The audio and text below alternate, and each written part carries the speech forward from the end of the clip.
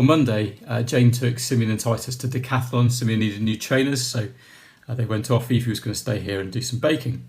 While I was working, I was concentrating. After about 45 minutes, I went through to the kitchen and I discovered that it was quiet and it was tidy. Well, this wasn't a good sign.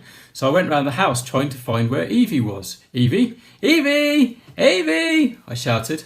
No response. Well, I didn't totally panic, but there was a moment where I didn't really know what was going on.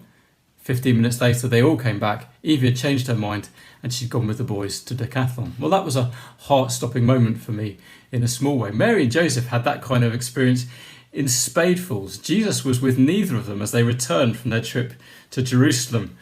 And so they had to go back to find where he was. And they found him in the temple, or as he calls it, his father's house. But rather than him getting into trouble, Jesus asks his parents a question. Verse 49, "Why were you searching for me?" he asked. "Didn't you know I had to be in my father's house?" You see, Jesus is God's son. We've been seeing that in all of the narrative about Jesus' birth. He will be called the Son of the Most High, the angel said to Mary in chapter 1, verse 32. He will be called Son of God, chapter 1, verse 35. And so growing up, being taught the scriptures from mum and dad and reading the scriptures himself as he was able to read, he knew that truly, though he was a human boy, he was also the Son of God.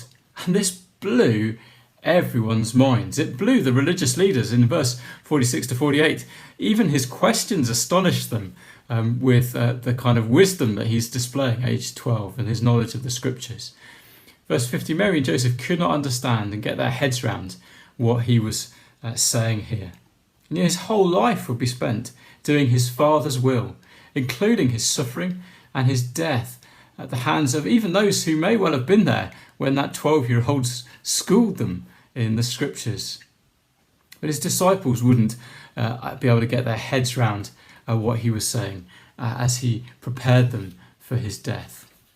You see, that's who Jesus is, God's Son, who lives to please his Father, even when that blows our minds and surprises us. He defies our expectations. And so our hearts should, in some measure, stop as we grasp some sense of who he is and what he's come to do. And yet he exceeds our wildest dreams.